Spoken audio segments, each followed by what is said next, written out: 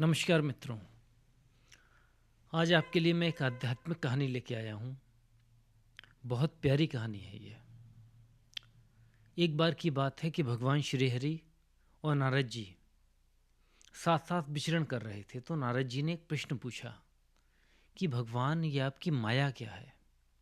मैं आपकी माया को जानना चाहता हूँ। भगवान मुस्कुरा दिया। शास्त्र और संत कहते हैं कि भगवान की मोहिनी मुस्कान ही माया है। तो भगवान बोले कि इस बात का मैं तुम्हें जवाब दूं, उससे पहले हम तुम पृथ्वी लोक पे विचरण करते हैं। तो दोनों लोग पृथ्वी लोक पे अवतरित हुए। बहुत गर्मी का समय था, जैसा कि अपने यहाँ अप्रैल मई का समय होता है गर्मी का। तो भगवान बोले, उससे पहले मैं तुम्हें कुछ नारद बताऊं, तुम ये पात्र लो और मेरे लिए पानी ले आओ। मुझे बहुत प्यास का अनुभव हो रहा है, क्या तुम मेरे लिए पानी ला सकते हो? तो नारद जी श्रीहरि के लिए पानी लेने के लिए चले। जब पानी लेने के लिए चले तो रास्ते में एक छाया भरा पीपल का वृक्ष उन्हें नजर आया। बहुत थक गए थे, तो उन्होंने सोचा कि थोड़ा विश्राम कर लूं।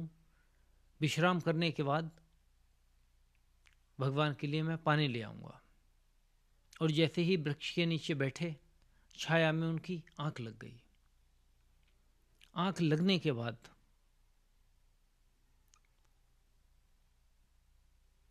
उन्हें स्वप्न हुआ कि वह पानी लेने के लिए आगे चल दिए हैं। पानी लेने के लिए वह गांव में गए हैं। गांव में घर के बाहर नारद जी ने खटखटाया एक गृह को। तो उस घर में से एक बहुत सुंदर स्त्री निकल के आई। बहुत सुंदर कन्या थी वह। तो वह नारद मुनि से बोली कि हमारे यहाँ का नियम है कि हम भोजन करते समय संतों को देखते हैं, और जब कोई संत नजर आता है तो हम संत के को पहले भोजन कराते हैं, फिर हम भोजन करते हैं।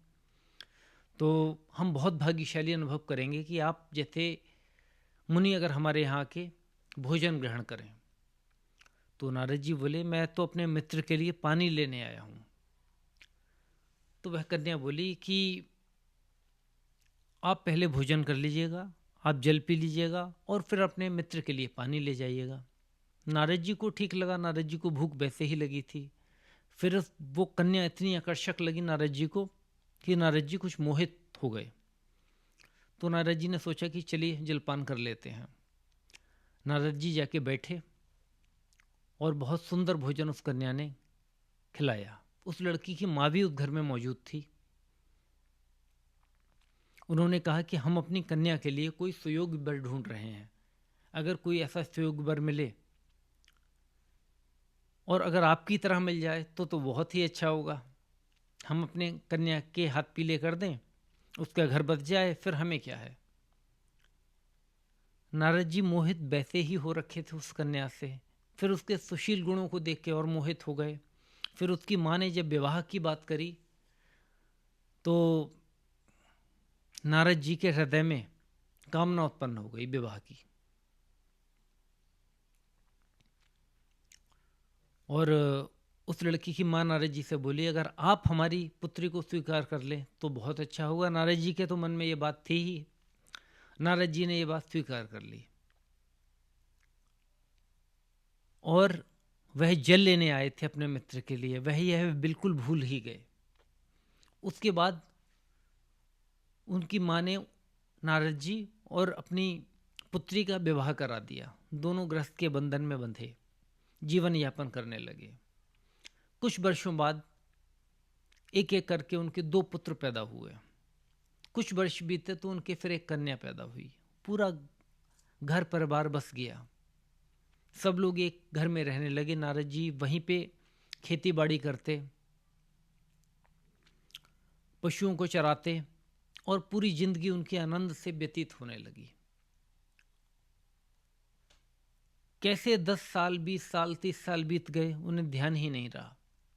वह यह बिल्कुल विस्मृत कर गए कि मैं भगवान के लिए पानी लेने आया हूं। एक दिन उनके गांव में बहुत भयंकर तूफान आया।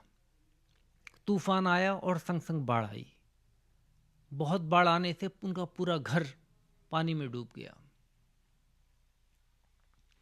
पूरा गांव बेहाल हो गया बाढ़ के चक्कर में। सब लोग मरने लगे, सबकी बुरी हालत हो गई। नारद जी को भी अपने बीवी बच्चों के साथ घर छोड़ के भागना पड़ा। मगर जल इतना भर गया था कि चारों तरफ जल ही जल था।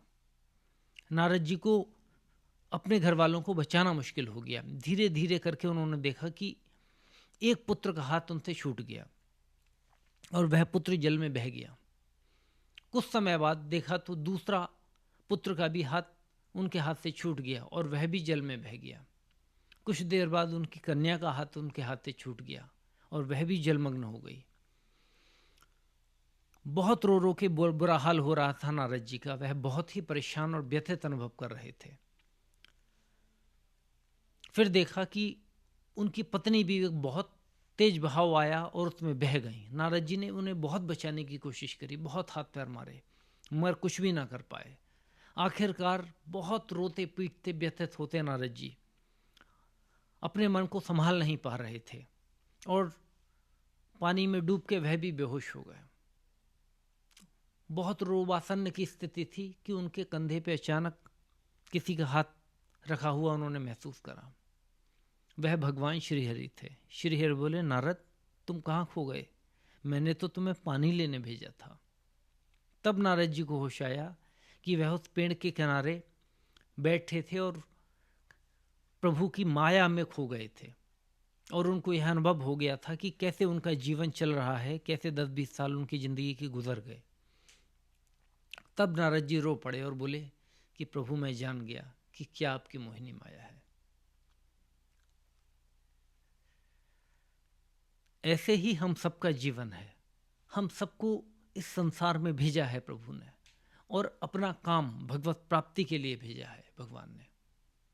इसलिए भेजा है कि हमारे ही पूर्व के पाप कर्म और पुण्य कर्म हैं जिनका भोग करने के लिए भगवान ने हमें संसार में भेजा है, कि हम अपने सारे कर्तव्य निभाते हुए इस जीवन को जीते हुए अंत में भगवान को प्राप्त हो जाएं।